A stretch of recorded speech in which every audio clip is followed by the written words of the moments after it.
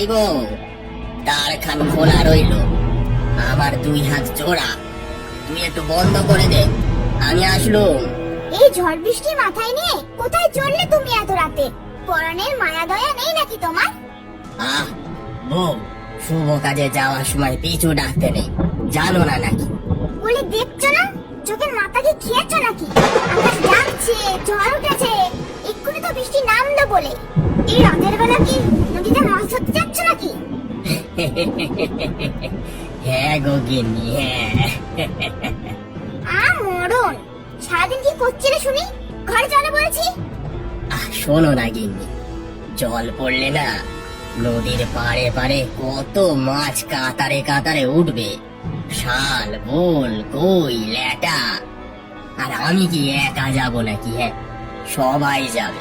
তারপর না গেলে তো তুমি মুখ কাল করবে আমায়, বলবে ওই দেখো পাঁচু হারা কত কত মাছ ধরলো, আর তুমি তুমি শুধু ল্যাট খাও শুয়ে শুয়ে।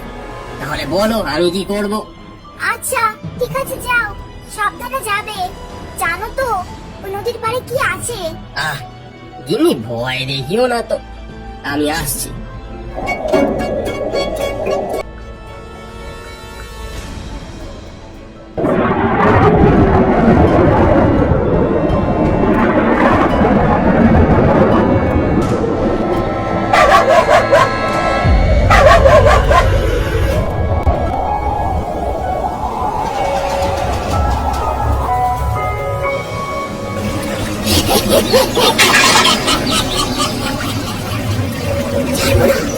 কাউকে ছাড়বো না, সবাইকে মেরে দাও।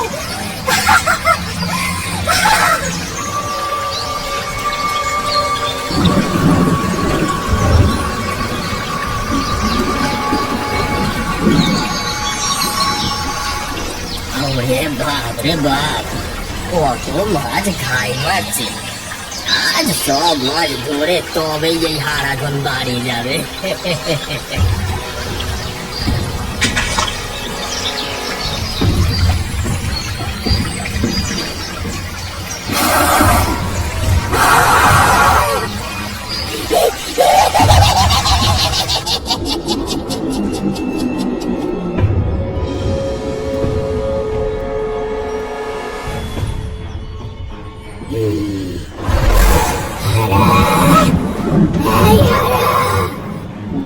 কি হলো?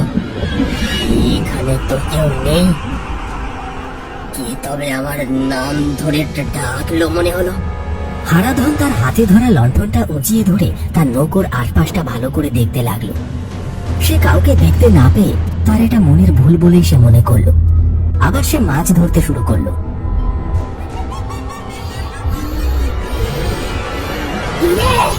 কথা কানে যাচ্ছে না?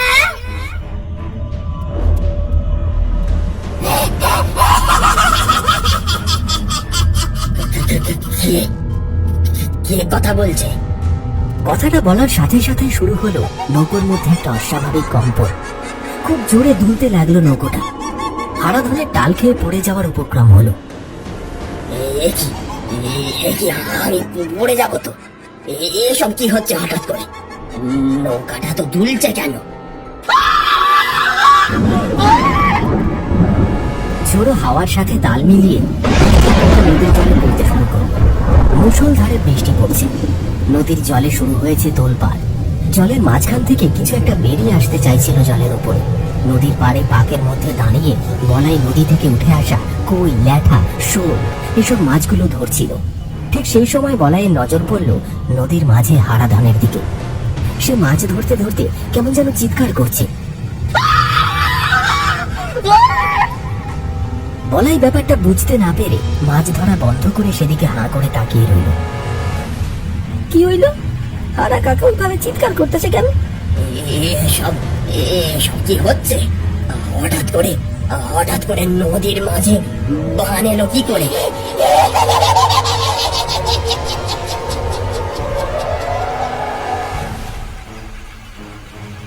হারাধন বুঝতে পারলো না হঠাৎ করে জলের মধ্যে তোলপাড় কেন হচ্ছে। তখনই তার নজর পড়ল নৌকোর পাশে একটা জায়গায় জলের তলায় কিছু একটা গায়ে মেরে উপরে উঠে আসতে চাইছে। ঠিক তখনই হারাধন কিছু বুঝে ওঠার আগেই জলের তলা থেকে একটা অদ্ভুত ছায়ামূর্তি বেরিয়ে এসে হারাধনকে নিয়ে জলের তলা চলে গেল। এটা কি দেখলাম আমি? ওইটা কে ছিল? এইভাবে ঝাঁপ দিয়া হারা কাকারে নিয়ে কই চলে গেল? আর এক মুহূর্ত দেরি না করে বলাই নদীর পাড় থেকে তাড়াতাড়ি উঠে এলো। তারপর কাদার মধ্যে পা হড়কাতে হড়কাতে বলাই গ্রামের দিকে ছুটলো চৌরাস্তার মোড়ে, যেখানে বিশুর চায়ের দোকানে সবাই আড্ডা মারে।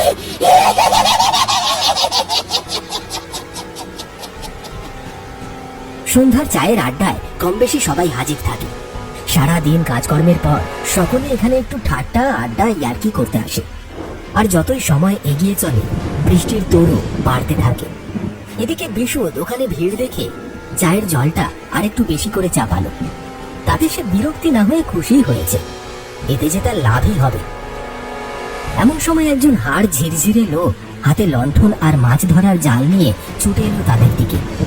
এইভাবে তাকে ছুটে আসতে দেখে সবাই একটু ঘাবড়ে গেল বৈকি। খুড়ো বলল, কে রে বলাই, ভূত দেখেছিস নাকি রে বাপ? এইভাবে ছুটে ছুটে কোথা থেকে আসছে? সর্বনাশ হয়ে গেছে গো খুড়ো, সর্বনাশ হয়ে গেছে। কেন, কার কি হয়েছে? আর বলো না রে খুড়ো, আমি নদীতে মাছ ধরতে গিয়ে দেখি হারাধন কাকা আগে থেকে নৌকা করে মাছ ধরছে। তারপর? তারপর আর কি, জবাত করে কি একটা ভূত হারা কাকাকে নিয়ে জলে ডুবে গেল। এসব বলছিস রে? তাড়াতাড়ি চলো, নয়তো পাঁচুকে মেরে ফেলবে ওই শয়তান। কই কই কই, চল চল চল তো দেখি। সকলে এগিয়ে গেল ওই নদীর দিকে। নদীতে গিয়ে তারা কিছুই দেখতে পেল না। সকলে দাঁড়িয়ে রইল নদীর দিকে তাকিয়ে। কই রে বলাই, কিছুই তো নেই। আর তুই কি এদিকে মাছ ধরতে আসিস না ঘিরে? হ্যাঁ গো খুড়ো, আমি তো এখানে মাছ ধরতে আসি। কেন? আসিস না, আসিস না, এই জায়গায় আসিস না।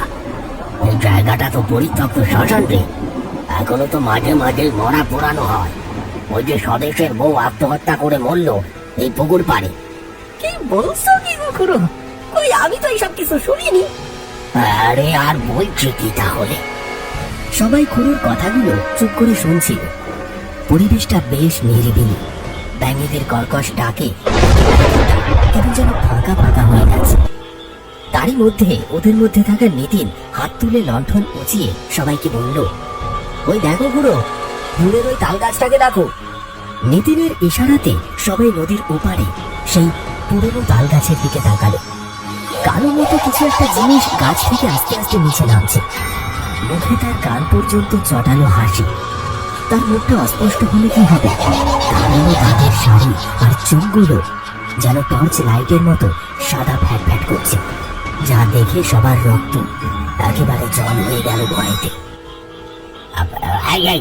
কেড়ে ওখানে বেটা হারু, এই রাতের বেলা আমাদেরকে ভয় দেখানো হচ্ছে নাকি? হ্যাঁ, তুই আয় একবার এই পারে আয়, তারপর তোর মজা দেখাচ্ছি।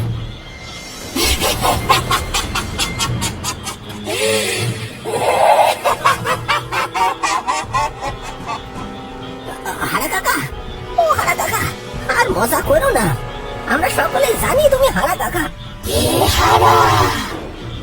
আমি কোনো হারা ঠাড়া নই। আর কালো ছায়ার মতো কিছু একটা সাই সাই করে ডুব সাঁতার দিয়ে এই পারে চলে আসলো। সবাই এইসব দৃশ্যগুলো চুপটি করে চোখ বড় বড় করে তাকিয়ে দেখছিল।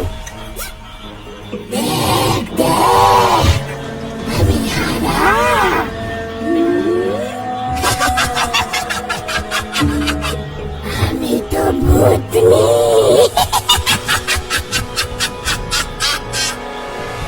একটু আগে একজনের ঘর মটকেছি, এইবার তোদের মটকাবো। এক এক করে আমার কাছে এগিয়ে আয়। সে কি ভয়ঙ্কর দৃশ্য! কালো ছায়ামূর্তির মুখে রয়েছে একেবারে চটালো ধারালো দাঁতের শাড়ি, একটা গা ছমছমে হাসি, আর চোখগুলো দেখলে যে কারোর দু চোখ কপালে উঠে যাবে। সেই সাদা টর্চের মতো চোখগুলো রক্ত রাঙা সিঁদুরের মতো লাল টকটকে। সে তার ধারালো নখওয়ালা দুটো হাত নিয়ে জল থেকে উঠে আসছে ওদের দিকে। আমার কাছে আয়, মাথাগুলো দিয়ে মুড়ি ঘন্ট করে খাই। কতদিন মুড়ি ঘন্ট খাই নে।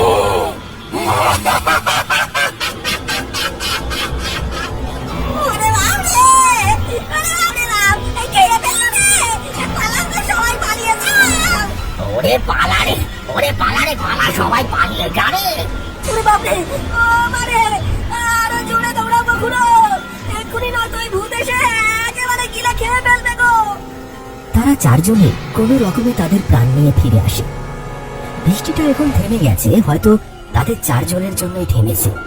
খুড়ো বলল, ওরে বাপ রে, এই বুড়ো বয়সে এইভাবে দৌড়ানো যায় নাকি? ও, প্রাণটা যেন একেবারে বেরিয়ে যাবে। কিন্তু ওই ভূত আবার কোথা থেকে উদয় হলো গো? হ্যাঁ, কোথা থেকে উদয় হলো? জানি না রে মা, আমি কিচ্ছু জানি না। আজ রাতেই আমাদের কিছু একটা করতে হবে। কিন্তু খুড়ো, আজ রাতে কি করবে গো? যা দৃশ্য দেখলাম তাতে আর হাত পা গুটিয়ে বসে থাকলে এক মুহূর্ত চলবে না। আজ রাতের মধ্যেই খুব সাবধানে কাজটা আমাদের সারতে হবে। কে জানে পাঁচু বেটা আর বেঁচে আছে কিনা, নাকি মরে গেছে। আমার তো মনে হয় না আর বেঁচে আছে বলে। ওই যে বললো একটু আগেই একজনের ঘাড় মটকেছে। ওর পরিবারটা তো একেবারে ভেসে গেল রে, একেবারে ভেসে গেল।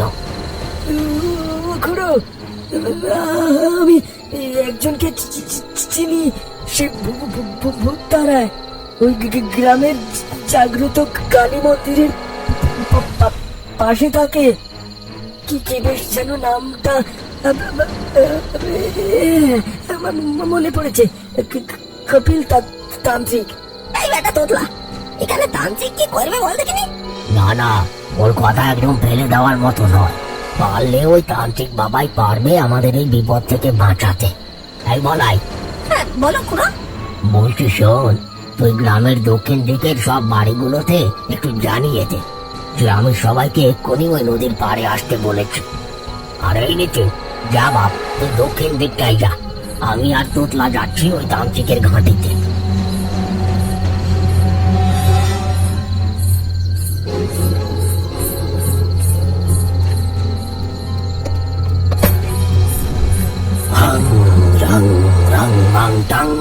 জয় জয় মা কালী, জয় জয় মা কালী।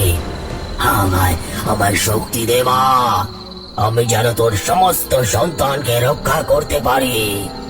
ও মা রে, আমায় তুই শক্তি দে মা।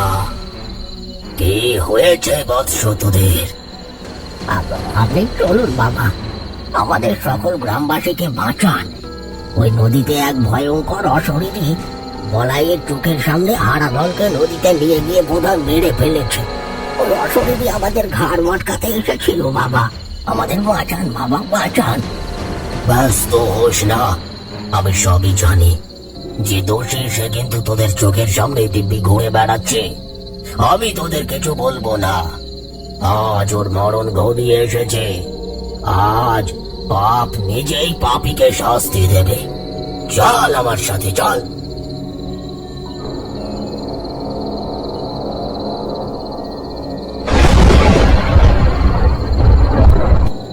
উঠে আয় তুই, ভয় নেই, আমি তোর কোনো ক্ষতি করব না। তোর সাথে ঘটে যাওয়া অন্যায়ের প্রতিশোধ নেবার জন্য উঠে আয়। তান্ত্রিকের কথা শেষ হওয়ার সাথে সাথে শুরু হলো জলের মধ্যে আবারও সেই তোলপাড়। নদীর পাড়ে দাঁড়িয়ে সকলে অবাক চোখে সেই দৃশ্য দেখতে লাগলো। আর সকলের চোখের সামনে নদী থেকে অকাব্য শক্তি।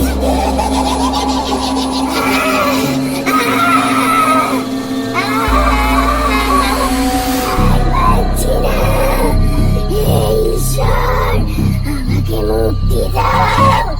মুক্তি দাও আমাকে। সব কি হচ্ছে গো খুড়ো? তাই তো দেখছি, এই তান্ত্রিকের সাথে কি আগে থাকতে এই ভূতের সেটিং আছে নাকি? ডেকে এনে ভুল করলাম মনে হচ্ছে ব্যাটাকে। সবাই যখন নিজেদের মধ্যে আলোচনা করছে, ঠিক তখনই নিতিন আসে সেখানে। আর এসে এক অস্বাভাবিক আচরণ করতে থাকে। সবাই তাকে দেখে ভয়ে স্থির হয়ে দাঁড়িয়ে পড়ে। ছাড়বো না, ছাড়বো ছাড়বো না, শেষ করে দেবো, শেষ করে দেবো। এই নিতিন, তোর আবার কি হলো? এরকম কেন করছিস তুই? আমি আমি খুনি। আমি আর হারাধন স্বদেশের বউয়ের সম্মান নষ্ট করে ওইখানে ওকে খুন করে ফেলে রেখে যাই, আর পুরো গ্রামে রটিয়ে দিই সে আত্মহত্যা করেছে।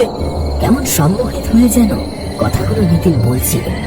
গ্রামের মানুষ এসব কিছুই জানতো না। তারা শুধু নির্বাক হয়ে নিতিনের মুখের কথাগুলো শুনছে। তারা ভাবতেও পারছে না নিতিন আর হারাধন এই জঘন্য কাজ করেছে। তান্ত্রিক কিছু একটা যেন আহুতি দিল আগুনে, আর সাথে সাথে নিতিন স্বাভাবিক অবস্থায় ফিরে এলো। আমি এখানে এলাম কি করে? আমি তো গ্রাম ছেড়ে পালাচ্ছিলাম। তোর বাপ তোকে এখানে ডেকে নিয়ে এসেছে নিতিন। এত জঘন্য কাজ তোরা করলি কি করে? আমরা তোকে ভাবতেই পারছি না যে এইসব তোদের কাজ। নিতিন বুঝতে পারল সে নিজের অজান্তে সব সত্যি প্রকাশ করে ফেলেছে। সে কোনো রাস্তা না পেয়ে পালানোর উপক্রম করতে লাগলো। তখনই তান্ত্রিক বলল, পালিয়ে যাবার কথা ভাবছিস? বলেও সেই কথা ভাবিস না। পাপের শাস্তি তোকে ভোগ করতেই হবে। সে আসছে। তান্ত্রিকের কথা শুনে নিতিন পালাতে যাবে, ঠিক তখনই সে দেখতে পেল এক অপার্থিব অলৌকিক দৃশ্য। একটা কালো ধোঁয়া যেন জমাট করে অপার্থিব অপশক্তি রূপ নিচ্ছে। সবার বুঝতে কোনো অসুবিধা হলো না, সেই অপশক্তি স্বদেশের বউ। আমায় ছেড়ে দাও, আমায় ছেড়ে দাও, আমার ভুল হয়ে গেছে। খুড়ো খুড়ো, আমায় বাঁচান, আমায় বাঁচান। না রে বাপ, আমরা তোকে বাঁচাতে গিয়ে মরি আর কি ভূতের হাতে। বাবা তান্ত্রিক বাবা, আমায় রক্ষা করুন, আমি কথা দিচ্ছি। কথাটা আর শেষ হলো না নিতিনের। সে ছায়ামূর্তি তার ধারালো নখের শাড়ি দিয়ে ফালা ফালা করে দিল নিতিনের গলাটা। ফিনকি দিয়ে রক্ত ছিটকে পড়ছে চারিদিকে। তারপর সে মৃত্যু যন্ত্রণা সহ্য করতে করতে সবার চোখের সামনে লুটিয়ে পড়ল মাটিতে। এইসব কি হলো বাবা? সবাই যা দেখছো সবই সত্য। ওই স্বদেশের বউয়ের আত্মা আজ এই অমাবস্যার রাতেই জাগ্রত হয়েছিল। সকলের সামনে সত্যটা আনবার জন্য আমি নিজেই ওকে সাহায্য করেছি। বাবা নিতিন না জেনে ভুল করে ফেলেছিল, ওকে কি ক্ষমা করা যেত না? না, যেত না। সব ভুলের ক্ষমা হয় না। স্বদেশের বউ মৃত্যুর আগে অনেক আকুতি মিনতি করেছিল ওদের কাছে, কিন্তু ওরা নিজের পাপ লুকোনোর জন্য ওকে মেরে ফেলে। সবাই যদি কামনা বাসনা পূরণের জন্য খুন করে, শুধু ক্ষমা চেয়ে যদি মুক্তি পাওয়া যায়, তাহলে সবাই সেই রাস্তায় অবলম্বন করবে। এখন তোরা সকলে বিপদ মুক্ত। যা, যে যার বাড়ি ফিরে যা।